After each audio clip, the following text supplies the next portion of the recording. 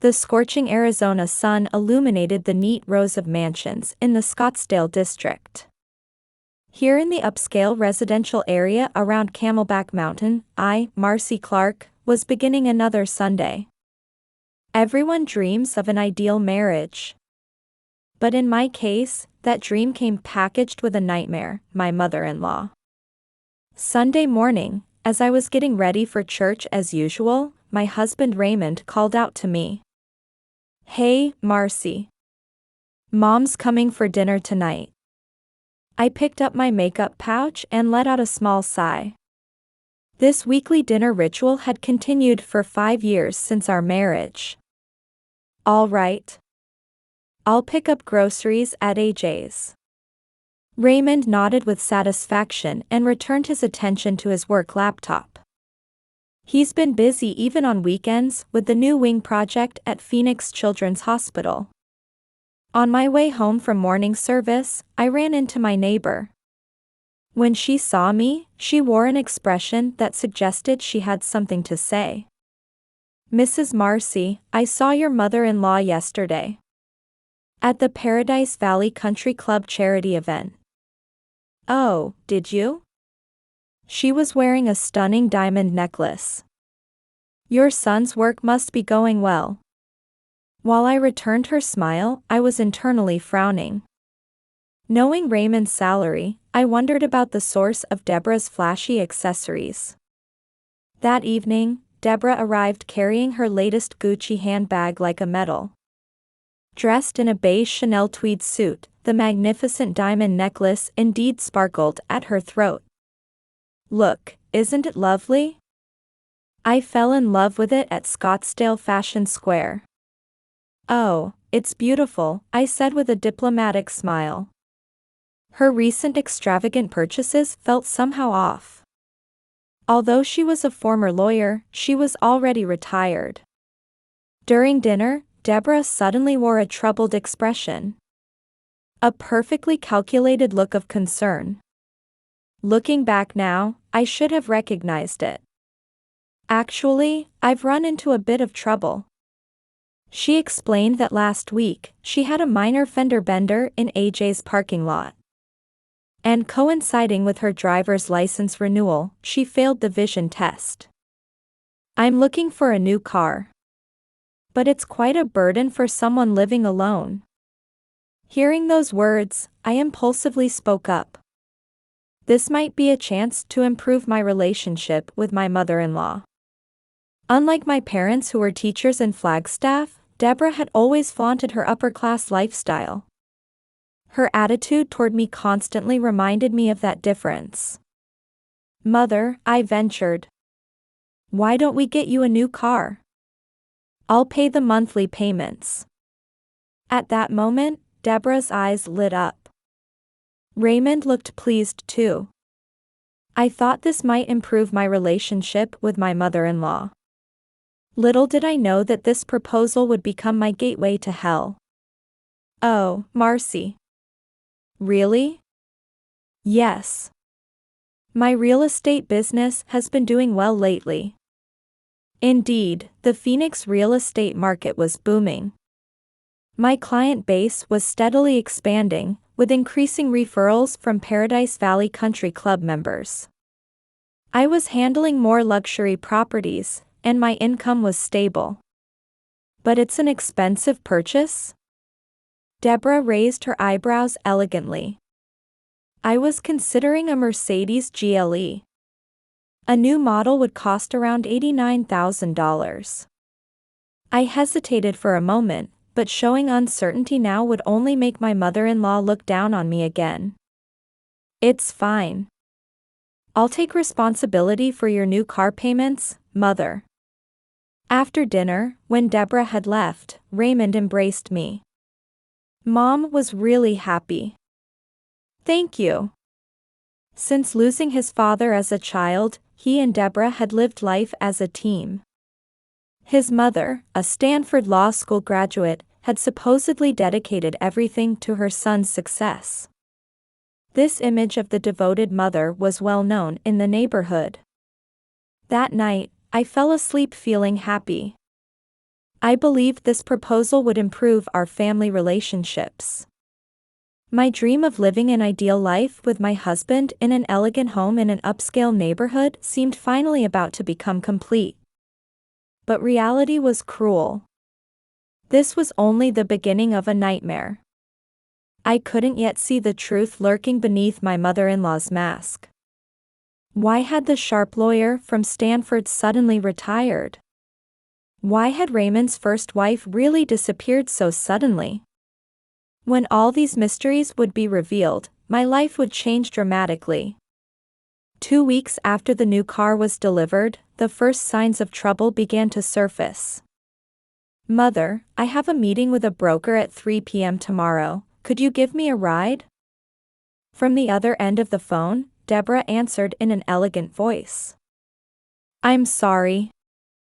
I have a charity board meeting tomorrow. The car won't be available." The board meeting was supposed to end in the morning. However, there was no room for argument. In the end, I missed that business meeting. A $2 million luxury property. Though I desperately searched for alternative properties to make up for my blunder, the buyer's interest had already waned. That was just the beginning. An important client dinner at Maestro's. 30 minutes before our appointment, a message from Deborah. "I'm not feeling well. Can't use the car today." The monthly $1,200 loan payment was no small amount. Despite this, Deborah's attitude grew more imperious by the day. "Marcy, you're really quite calculating, aren't you?" One day at a homeowners association meeting, Deborah whispered in my ear. "Trying to buy my affection with money. How lower class." Those words froze my heart.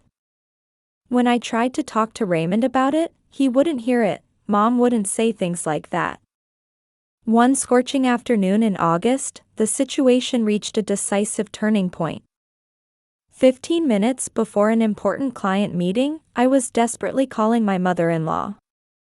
"Please, Mother. If I miss this deal, it will significantly impact my sales goals for the year." "Oh, really?"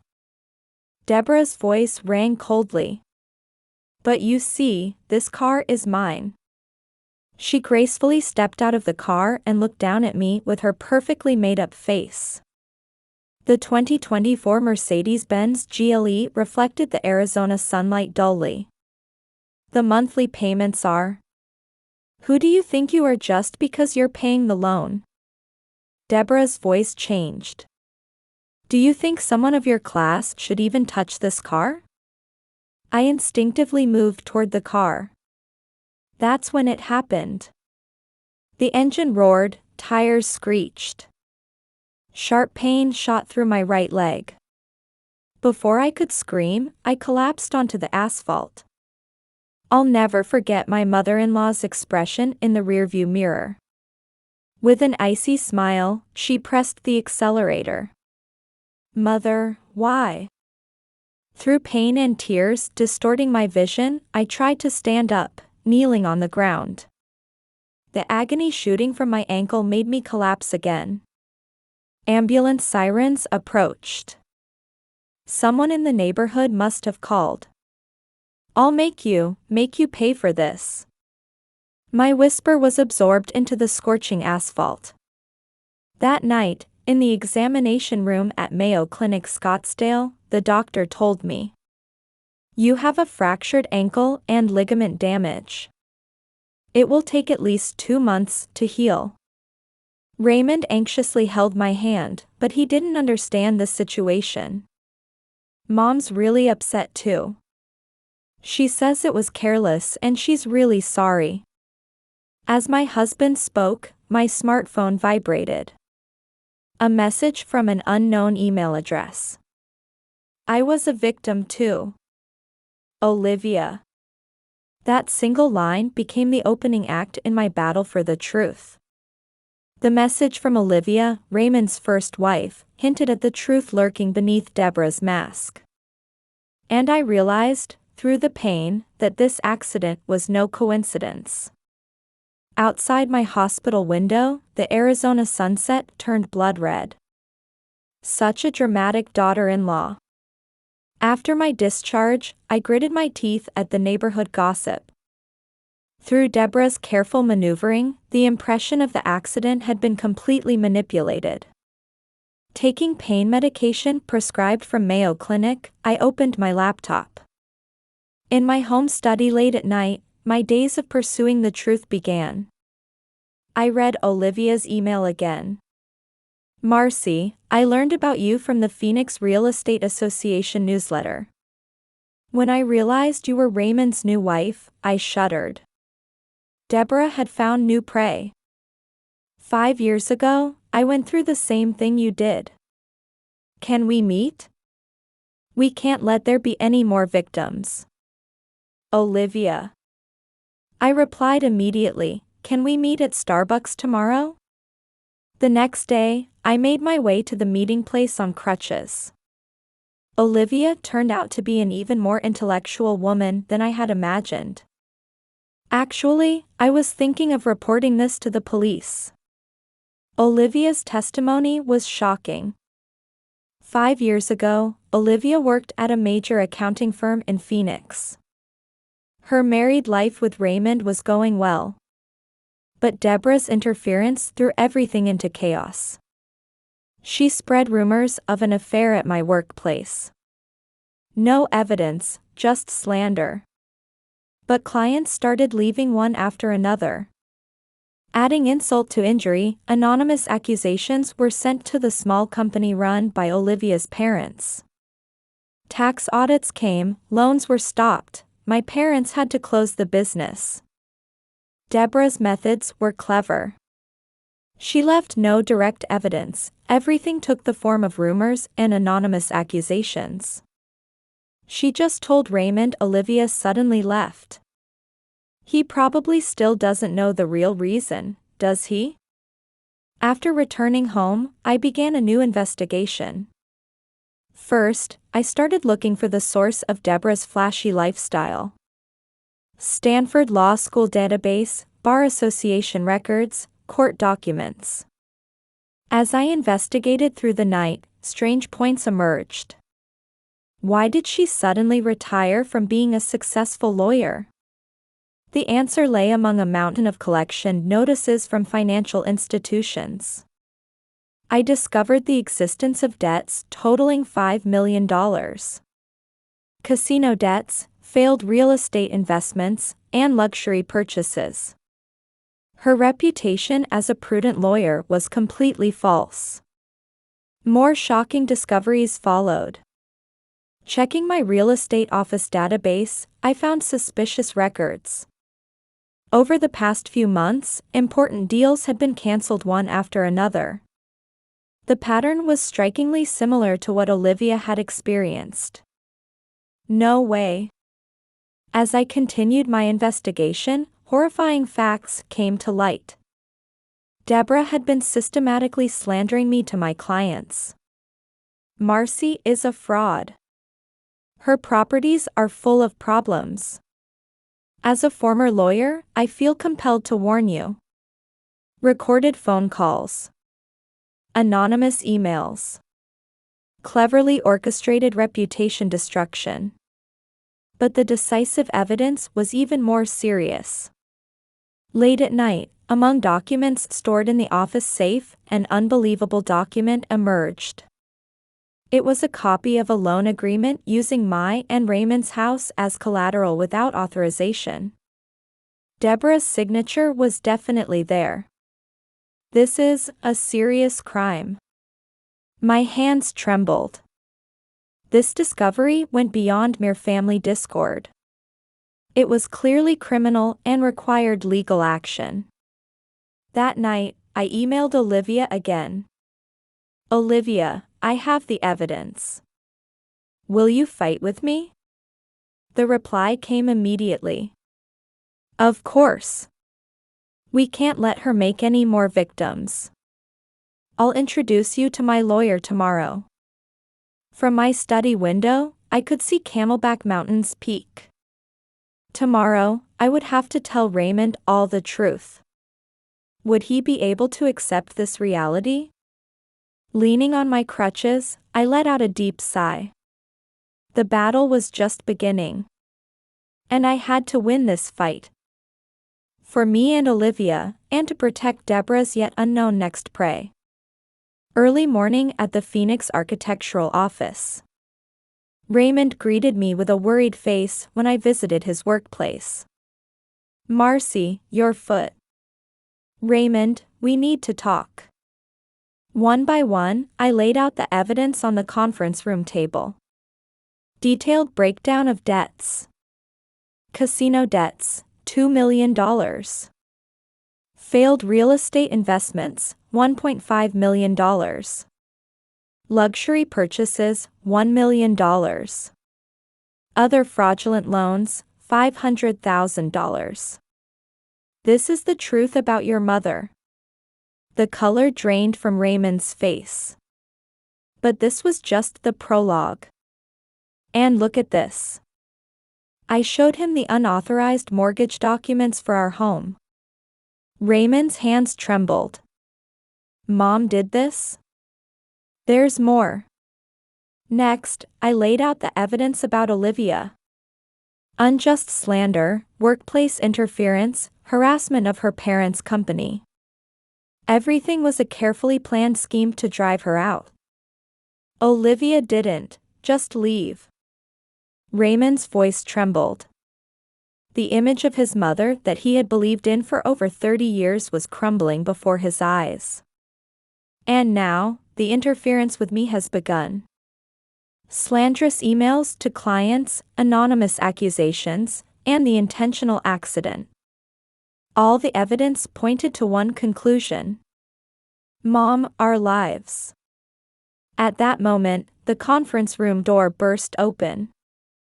My, what a lovely morning meeting. Deborah appeared. Under her perfect makeup, her eyes held in strange gleam. "Mother." Silence, Deborah's voice was cold as ice. "How dare you, raised by such vulgar family." "Mom." Raymond shouted. "You be quiet too. To think my son has grown up to not even listen to his mother." Deborah let out a high laugh. The mask had completely fallen away. "That's right, everything went according to plan. I was going to take everything from you, this house, the work, everything." "Why?" Raymond's voice shook. "To think my son would be stolen by such a lower-class woman." Deborah pointed at me. Olivia was the same. To think a son with a Stanford graduate mother would marry someone from a mere public university. She looked at the evidence documents on the desk and laughed again. "Debts?" "Yes, there's more than just that. Much more. But no one can stop me." "That's enough." The conference room door opened again. This time, 2 police officers and a man in a suit entered. "Mrs. Deborah Clark, you're under arrest on suspicion of fraud and assault." "What?" Deborah's expression froze. Based on my client's complaints, the lawyer Olivia had introduced stepped forward.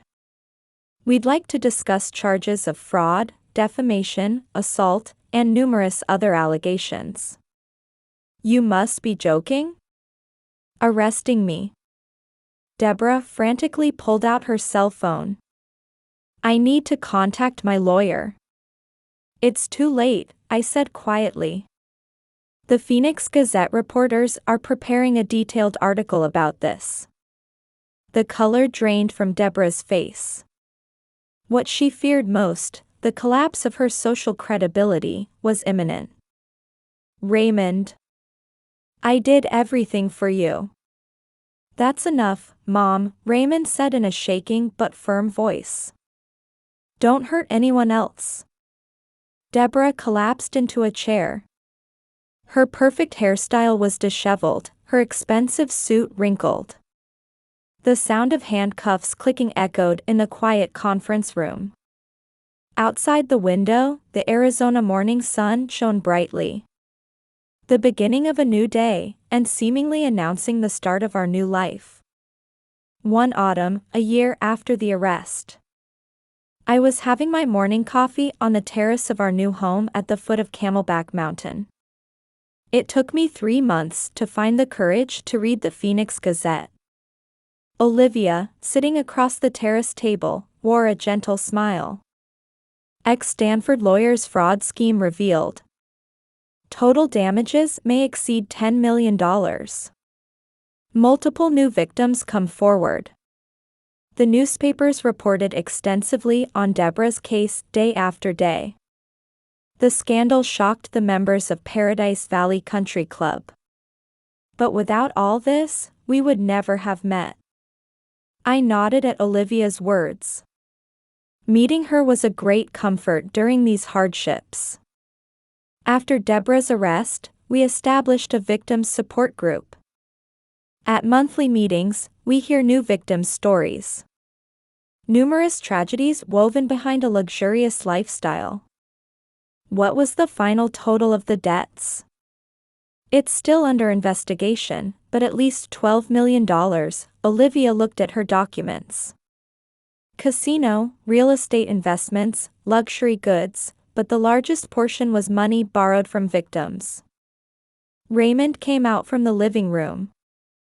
His expression was vastly different from a year ago. "Good morning, Olivia." He greeted her in a calm voice. After his mother's mask fell away, Raymond spent long days in self-reflection. "Hi, Raymond. Court today?" "Yes." Mom's sentencing. The prosecution sought 15 years imprisonment. Until the end, she continued to justify her actions. "I only thought of my son. I just wanted to protect him from women who weren't worthy of our social status." Her words during the trial drew sighs from the gallery. "Ma'am, there's contact from a new client. The maid brought my cell phone. After the turmoil with Deborah, my real estate business took a temporary hit. However, as the truth came to light, trust actually deepened. I've been looking for a real estate agent who deals honestly with clients. More and more clients came to me with such comments." "Well, I'm off to court." Raymond stood up. "Take care." I kissed my husband's cheek. It took time to repair our relationship. But now, we're bound by stronger ties than before. I wonder how many people will come to next week's victims meeting. Olivia changed the subject. "We're already over 20. But I'm sure there are still others who can't speak up yet." The victims group had become more than just a place for recovery. It was becoming known throughout Phoenix as a sanctuary for people suffering in similar situations. "Marcy, look." Olivia pointed to the garden. The newly planted rose bush had small buds. New shoots showing definite vitality, enduring Arizona's scorching heat. "I guess this is what a new life feels like," I said, gazing into my coffee cup. "Yes. Gentle, but strong." Olivia nodded. "Raymond." I called out to my husband. "After the sentencing, shall we stop by Mayo Clinic?" "Huh. I think we need to prepare for adding to our family."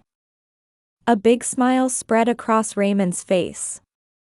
The morning sun streamed onto the terrace, making the rose buds glisten. A new morning. New hope. And the beginning of a new family. Dreams sometimes lie next to nightmares.